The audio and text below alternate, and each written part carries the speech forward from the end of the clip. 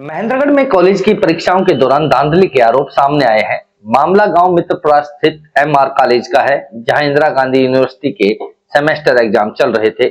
परीक्षा ड्यूटी में तैनात डिप्टी सुप्रिंटेंडेंट को कॉलेज प्रशासन द्वारा बिना यूनिवर्सिटी की अनुमति के रिलीव किए जाने का आरोप लगाया गया है।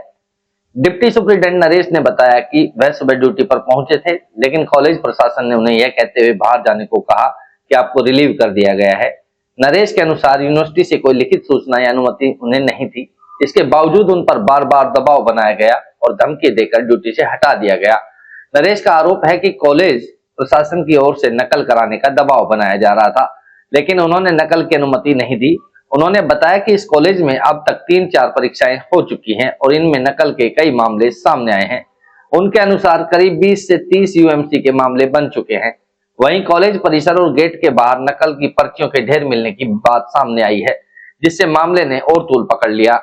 नरेश ने यह भी बताया कि इससे पहले भी अलग अलग कॉलेजों में ड्यूटी के दौरान नकल को लेकर विवाद हो चुके हैं और कुछ जगहों पर उन्हें ज्वाइन नहीं करने दिया गया। इंदिरा गांधी यूनिवर्सिटी के एग्जाम कंट्रोलर ने स्पष्ट किया कि डिप्टी सुप्रिंटेंडेंट की नियुक्ति और रिलीव करने की अथॉरिटी केवल यूनिवर्सिटी के पास है। कोई भी कॉलेज अपने स्तर पर उन्हें रिलीव नहीं कर सकता।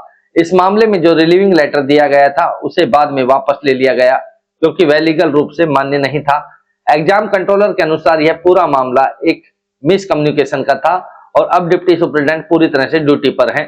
नकल कराने के दबाव के आरोप पर एग्जाम कंट्रोलर ने कहा कि इस संबंध में यूनिवर्सिटी की स्पेशल फ्लाइंग टीम और रेगुलर फ्लाइंग द्वारा निरीक्षण किया गया है।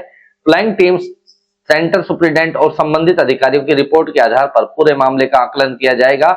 गेट के बाहर नकल की पर्चियां मिलने के सवाल पर उन्होंने कहा, यूएमसी का मामला केवल तभी बनता है जब नकल सामग्री छात्र के पास से उपयोग करते हुए पकड़ी जाए।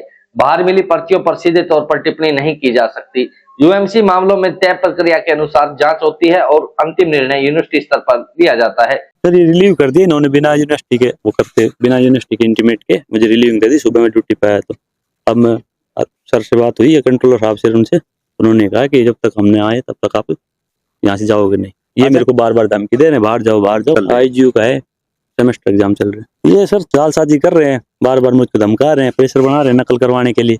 मैं नकल करने नहीं दे रहा सर। कई एग्जाम हो लिए, पिछली बार भी ड्यूटी थी मेरी, एमआर में ड्यूटी थी, ड्यूटी कट गई। उसका राव जरा में ज्वाइन करवाया, वहाँ उन्होंने ज्वाइन नहीं करने दिया, वहाँ पंगे किया, ड्यूटी कट गई थी। उससे पहले जीएल में ड्यूटी दी थी, केडी में ड्यूटी दी थी, और उससे पहले राव जरा में 3-4 हो गए। तो में कोई नकल का मामला सामने आया है? हाँ रे, यूएमसी बन गई। कितनी यूएमसी बन गई लगभग? पता नहीं सर, 20-30 बन गई होंगी। 20-30 यूएमसी। उसे के चलते आपको लगता है कि किया जा रहा है? हाँ शायद।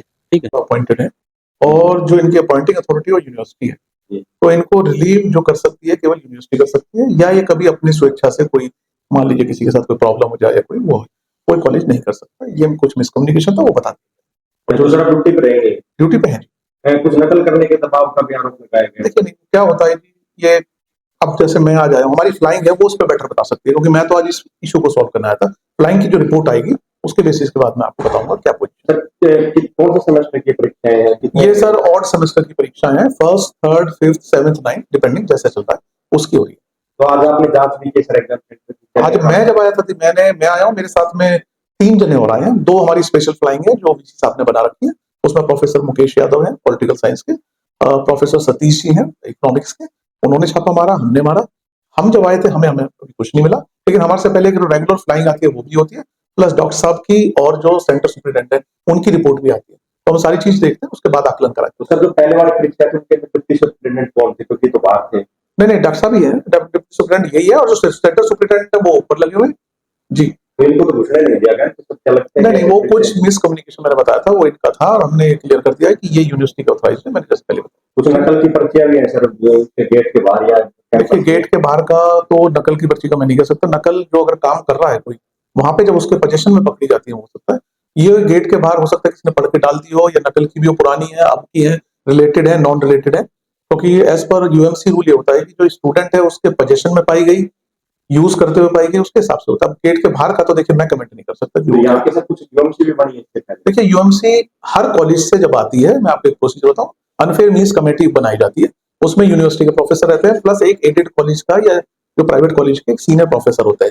स्टूडेंट्स की आती है, अलग से कॉपी आती है, उसमें सारा स्टेटमेंट होता है स्टूडेंट का, जो पकड़ता है उसका स्टेटमेंट होता है, साथ में पजेशन में भी होता है कि भाई यूज करेगी नहीं करेगी, स्टूडेंट को बुलाया जाता है, बकायदा नोटिफाई होता है, स्टूडेंट अपना बताता है कि साहब मेरे से गलती से रह गई, मैंने यूज करा, मैं माफी चाहता हूँ, जो भी रीजन है। उसके बाद जो यूएमसी कमेटी कहती है उसकी रिकमेंडेशन आती है, वो हमारे ऑनरेबल वाइस चांसलर साहब, हर यूनिवर्सिटी का ये रूल है, उसके बाद उसको करते हैं। 3 डिसीजन होते हैं, बेनिफिट ऑफ डाउट दिया जाता है कि भाई इसकी कॉपी चेक करा दी जाए, एक ये होता है कि भाई उसका वो पेपर कैंसिल हो गया, अगर कोई स्टूडेंट 2 या उसमें ज्यादा सब्जेक्टों में आता है तो उसका एंटायर सेमेस्टर भी कैंसिल हो सकता है, depending on the gravity of the situation, जिस तरह का उसने करा। सर एक और चीज इन्होंने रिलीव लेटर मीडिया के सामने मैंने आपसे पहले ही कहा था कि वो रिलीविंग लेटर उन्होंने विड्रॉ कर लिया, वो ऑथराइज्ड नहीं है। देखिए एक बात है, अपॉइंटिंग अथॉरिटी ही रिलीव कर सकती है।